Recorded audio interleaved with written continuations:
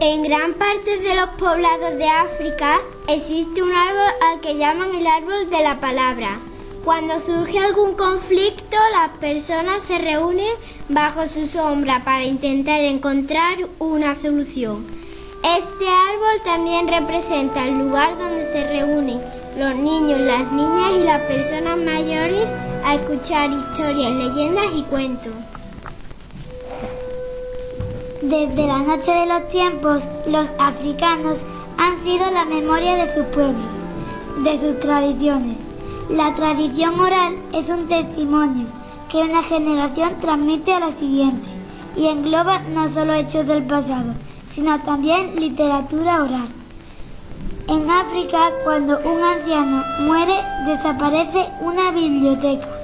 El género de la literatura oral más conocido es el cuento. Esperamos que disfrutéis del árbol de la palabra, como símbolo de conocimiento y de transmisión de valores, de diálogo, de intercambio y respeto.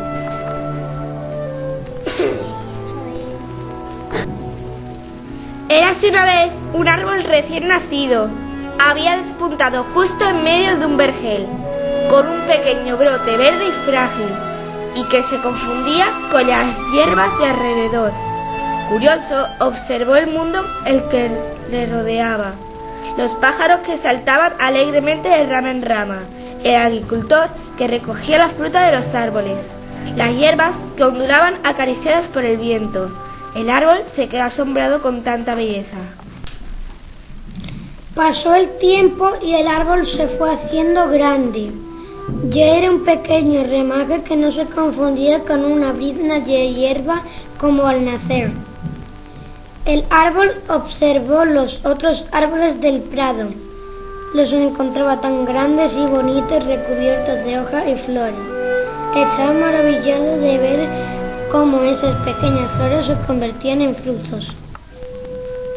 Al mirarse se dio cuenta de que su corteza no se parecía a ninguna de las que vestían los otros árboles, que sus ramas no tenían la elegancia que las de las demás. Entonces tuvo miedo a no ser lo bastante grande, lo bastante bonito, a no dar fruto suficiente. Tuvo miedo de que los demás, los manzanos, los perales, no aceptaran sus diferencias y decidió no producir ni una sola hoja, ni una sola flor, ni un solo fruto. Pasaron las estaciones y con cada primavera su tronco se volvía más grueso y más largo. Salían nuevas ramas, pero no brotaba ni una sola hoja, ni una sola flor, ni un solo fruto. Para no estar completamente desnudo, dejó que poco a poco una hiedra trepara por su tronco y se dejó cubrir por el muérdago. Un día se le acercó el agricultor. El invierno sería largo y necesitaba leña para calentarse. Empezó a cortar la hiedra que rodeaba al árbol. Había tanta que se le hizo de noche y pensó que ya cortaría el árbol al día siguiente. Aquella noche un gusano picó la hiedra, que murió, y al amanecer una bandada de pájaros se acercaron a picotear el muérdago. Del árbol de en medio del vergel solo quedaba un tronco y unas ramas.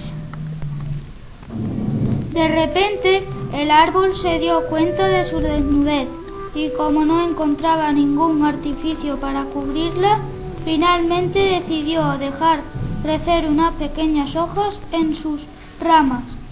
Las hojas eran verdes y tiernas y en las puntas brotaron unas pequeñas flores blancas que destacaban alegremente entre el marrón de las ramas y el verde de las hojas.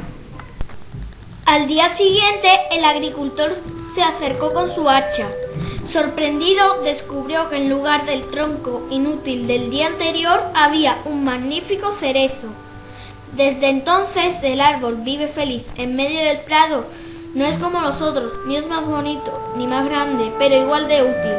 Ha comprendido que ni la textura de la corteza, ni la forma de las ramas, ni de las hojas, ni el color de las flores importan. Solo son importantes los frutos que da y que ningún otro puede dar. Cada año, en verano, los hijos del agricultor se acercan a él con una escalera y dispersándose por las ramas, se hartan de su fruta y lo llenan de gritos de alegría. El árbol de la palabra acabó de explicar todas estas historias.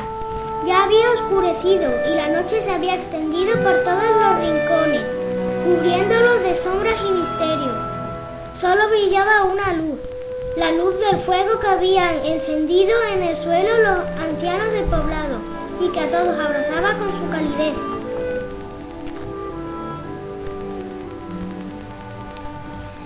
Fue entonces cuando las hojas del árbol se dejaron caer en un suave vuelo.